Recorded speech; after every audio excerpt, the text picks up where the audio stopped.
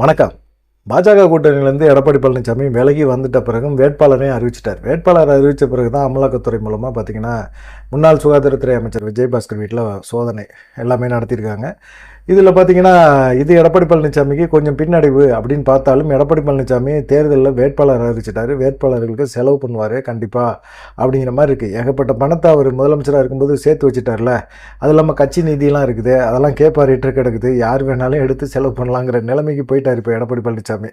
அதனால் பார்த்தாங்க கொங்கு பெல்ட்டில் எடப்பாடி பழனிசாமி அதிமுக வேட்பாளர்களுக்கு செலவு பண்ணக்கூடாது அப்படிங்கிற மாதிரி பாஜக மேலிடம் சொல்லிடுச்சு. எப்படி சொல்லிச்சு? நேரடியாக எடப்பாடி பழனிசாமியை மிரட்டினாங்களா அப்படின்னா அப்படிலாம் கிடையாது. அவர் பிஸ்னஸ் வச்சுருக்காருல்ல, அவர் ஒடிசா குஜராத் அப்படிங்கிற இதெல்லாம் பிஸ்னஸ் வச்சுருக்காரு. அதனால் அந்த பிஸ்னஸ் இப்போ ஒடிசாவில் இருக்கிற பிஸ்னஸ் பார்ட்னர் மூலமாக எடப்பாடி பழனிசாமிக்கு ஒரு மிரட்டல் கொடுத்துருக்குறாங்க. என்ன சொல்லியிருக்காங்க அப்படின்னா, கொங்கு பெல்ட்டில் அண்ணாமலை நிற்கிறாரு, எல் முருகன்லாம் நிற்கிறாரு, அதிமுக கண்டிப்பாக இறக்கி செலவு பண்ணக்கூடாது. கண்டிப்பாக செலவு பண்ணிங்க அப்படின்னா நாங்கள் சும்மா இருக்க மாட்டோம், நீங்கள் அப்படியே பாஜக வேட்பாளருக்கு மறைமுகமான சப்போர்ட்டை நீங்கள் கொடுத்தே ஆகணும் அப்படிங்கிற மாதிரி ஒரு மிரட்டும் தோணியில் சொல்லியிருக்காங்க. அப்படி இல்லை அப்படின்னா ரைடு வரும், அப்படி அதுக்கு ஒரு சாம்பிள் தான் விஜயபாஸ்கர் அப்படிங்கிற மாதிரி சொல்லியிருக்கிறாங்க.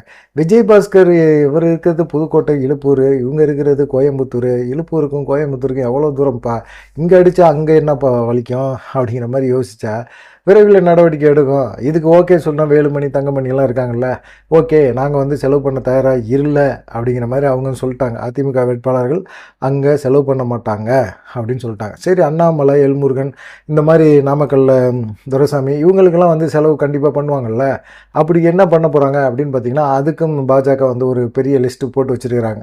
தொழிலதிபர்கள் எல்லாத்துட்டையும் ஒரு ரவுண்டு போயிட்டு எல்லாத்துக்கிட்டையும் பார்த்திங்கன்னா ஒரு பெரிய அமௌண்ட்டை லம்பாக பேசி அவங்களே நேரடியாக களத்தில் இறங்கி செலவு பண்ணுற மாதிரி ஏற்பாடெல்லாம் பண்ணிட்டாங்க.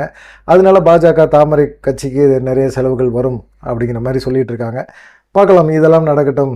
சரி, இதை தாண்டி பார்த்திங்கன்னா நம்ம பெரிய ஒரு பிரச்சனை என்னன்னு கேட்டிங்கன்னா பாமக பாஜகவுக்கு வந்ததுக்கு என்ன பிரதிபலன் ஏதாவது இருக்கணும்ல. அது இல்லாமல் எப்படி பாஜக கூட்டணியில் அவங்க நிற்க முடியாதுல்ல அப்படிங்கிற மாதிரி ஒரு எண்ணம் இருக்குது.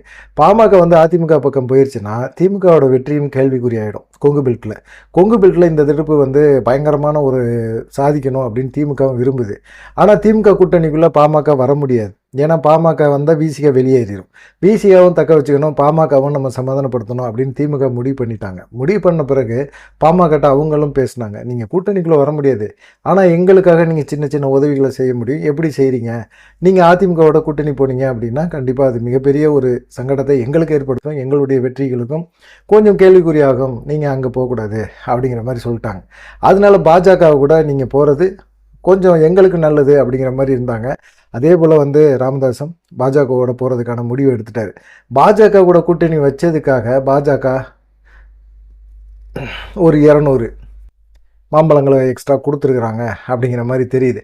இதனால தான் அவங்க சந்தோஷமாக கையெழுத்து போட்டாங்க. 10 தொகுதி, அப்புறம் 30% மகளிருக்கு, 20% பட்டியலின மக்களுக்கெல்லாம் நான் வேட்பாளர் ஆக்கியிருக்கேன் அப்படின்னு சொல்லி பெரிய ஐயா சொல்கிறதெல்லாம் பெரிய விஷயமே கிடையாது. அவங்க எவ்வளோ மாம்பழம் வாங்கினாங்க அப்படிங்கிற ஒரு விஷயந்தான் இருக்குது. 200 மாம்பழம் பாஜக கொடுத்துருச்சு அப்படிங்கிற மாதிரி சொல்கிறாங்க. சரி, பாஜக கொடுத்துச்சு, இதுதான் அவ்வளோதானா அப்படிங்கிற மாதிரி இருந்தாலும் திமுக ஒரு அண்டர்ஸ்டாண்டிங் போட்டாங்கல்ல, உங்களை எங்கள் கூட்டணிக்குள்ளே சேர்த்துக்கணும்னு ஆசை தான், ஆனால் விசிகா வெளியே போகிறேன்னு சொல்கிறாங்க, விசிகா எங்கள் கூட தொடர்ந்து இருக்கிறாங்க, இப்போ வெளியே விட்டோம்னா அவர் பாட்டுக்கு ஏதாவது கேவலமாக கழுவி ஊற்றுவார் ஒவ்வொரு மேடையிலையும் போய், இது தேவையில்லாத ஒரு விஷயம் அப்படின்னு சொல்லி பேசினாங்கல்ல, நம்ம அவங்களுடைய அண்டர்ஸ்டாண்டிங் இருந்தோம்ல அப்படின்னு சொல்லிட்டு அவர் சபரீசன்ட்ட பேசி நீங்கள் கொடுத்த ஐடியா பிரகாரம் நாங்கள் பாஜகவோட கூட்டணி வச்சுட்டாங்க அப்படிங்கிற மாதிரி அவரும் சொல்லியிருக்கிறாரு.